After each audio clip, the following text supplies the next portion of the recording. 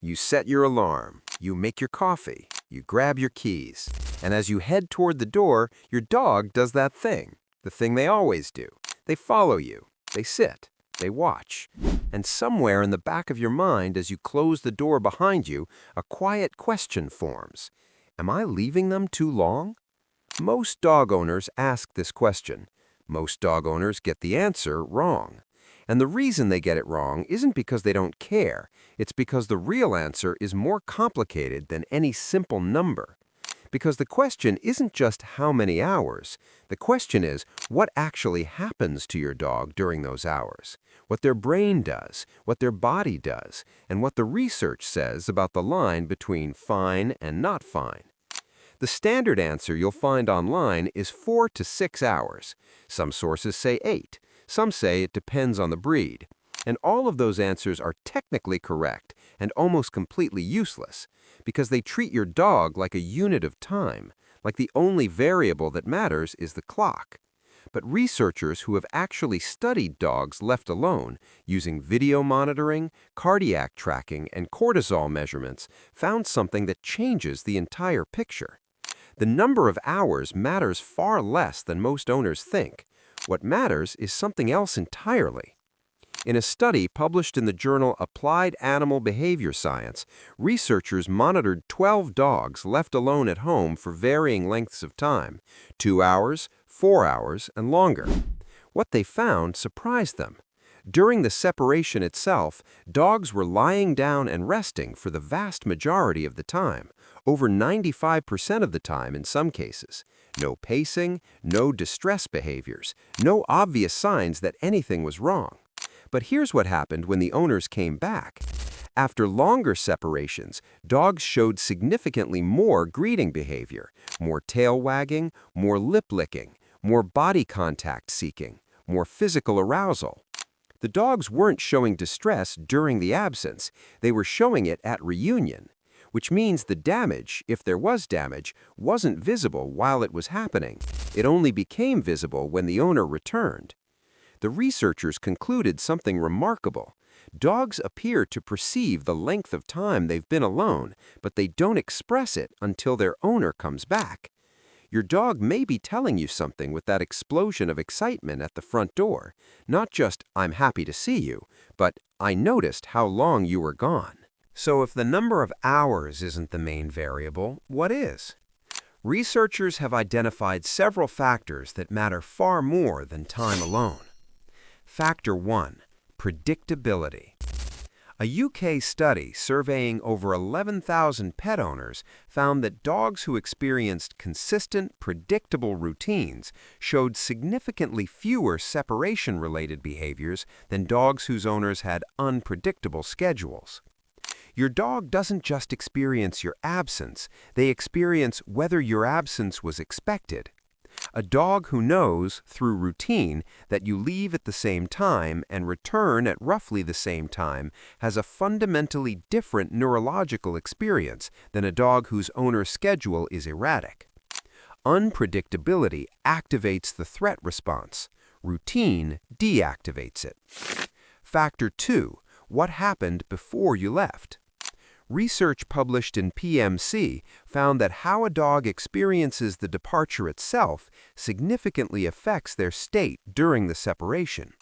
A long, emotional goodbye, as we covered in a previous video, elevates cortisol before you even close the door.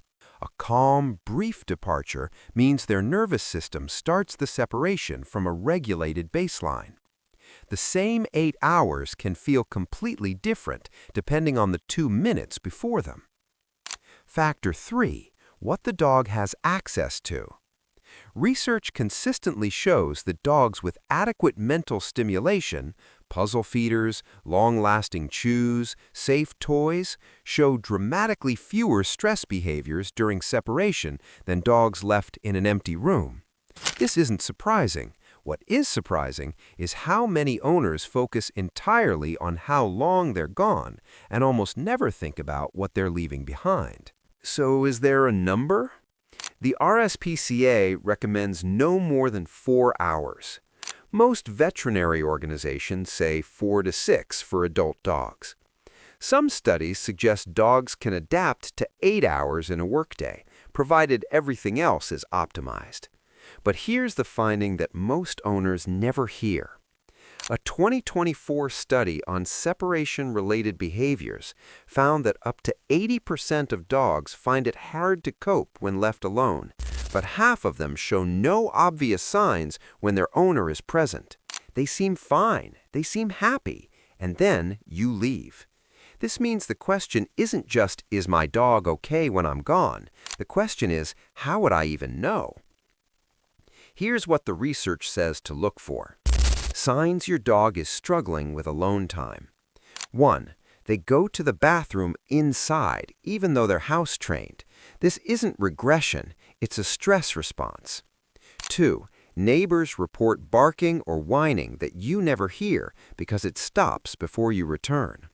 3. Destruction near doors and windows specifically, not random chewing, targeted destruction at exit points. That's a dog trying to follow you. 4. They don't eat while you're gone. Motion-activated cameras and smart feeders can help you track this. 5. Excessive greeting when you return. Some excitement is normal, but a dog who cannot calm down for 10 or 15 minutes after you walk in, a dog who is still spinning and whining and jumping long after the initial reunion, that dog is telling you the separation cost them something. Here's the practical answer, built from the research. 4 hours or less. For most adult dogs, this is well within comfortable range, especially with routine and enrichment. 4 to 6 hours, manageable for most dogs, but enrichment becomes more important. This is where a puzzle feeder, a long-lasting chew, or background sound can make a real difference. 6 to 8 hours, possible for many adult dogs, but this is where the research starts showing measurable effects at reunion. If you're regularly at this range, a midday visit from a dog walker, a neighbor, anyone, changes the equation significantly. More than 8 hours? The research is consistent here. This is too long for most dogs, most days.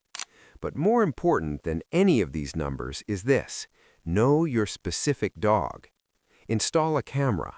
Watch what actually happens in the first 30 minutes after you leave. That 30 minutes tells you more than any guideline ever will. Here's what I want you to take from this. The guilt you feel when you close that door, that guilt is information. It's telling you something real about the relationship you have with your dog. But guilt without knowledge isn't helpful. It just sits there. What the science gives you is something better than guilt. It gives you specifics. Predictability matters. Departure routine matters. Enrichment matters.